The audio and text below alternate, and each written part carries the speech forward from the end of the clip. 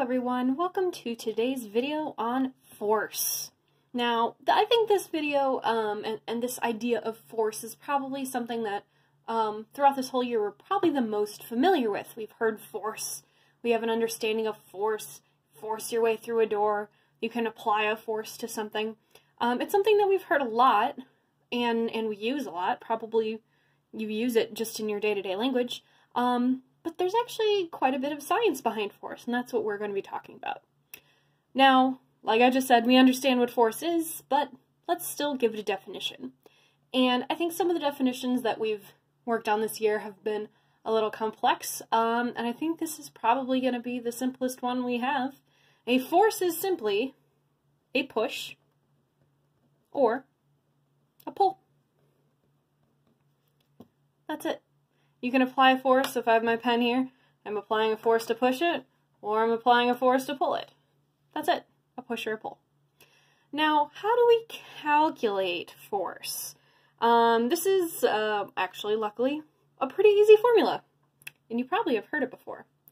Force equals mass times acceleration. Usually written F equals ma. Okay? Now, it can't just be any mass or any acceleration, and I'll explain a little bit why later. Your mass needs to be in kilograms, and your acceleration needs to be in meters per second squared. So if it's not already in those units, make sure that you convert them, okay? Now, why? We've had pretty flexible units so far, but just take a look at this. If we do, there's a little box guy. If we have this, our unit of force is kilogram meters per second squared. And honestly, that's just really gross. That's not a fun unit.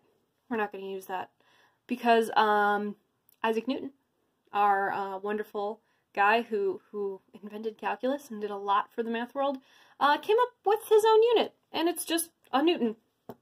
That's it. There's no other units for force that we need to do. You could do grams per mile per hour per second, something crazy like that, but no, we're just going to skip it all, and we're just going to use the Newton. Easy peasy. Okay, now let's look at force in kind of a real-life situation. Everything that we've been doing so far kind of builds on each other. And I know it's felt like a lot of work, but really, this is finally the meat and the reason that we've been doing all this other thing. So speed, right? Distance over time builds velocity, which is speed, and direction. Next, we're building acceleration, which is velocity changing.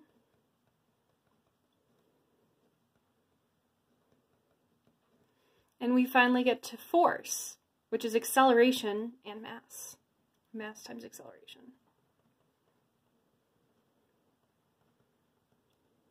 So each of these ideas have been building on top of each other to finally get here. Now, I'm sure you've heard of Newton's laws before. There will be definitely more on that later.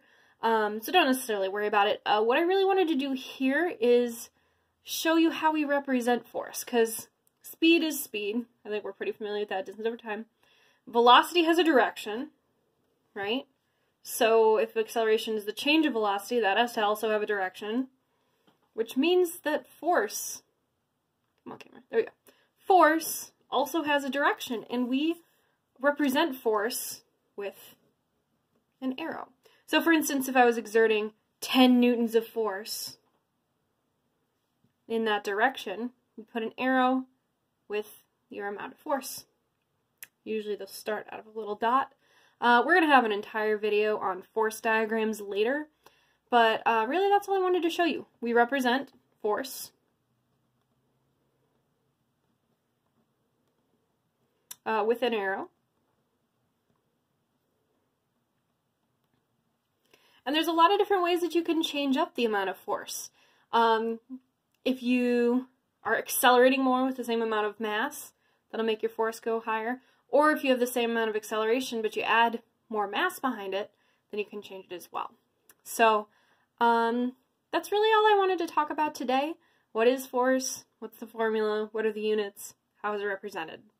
And we'll have more coming soon. Have a great day, everyone.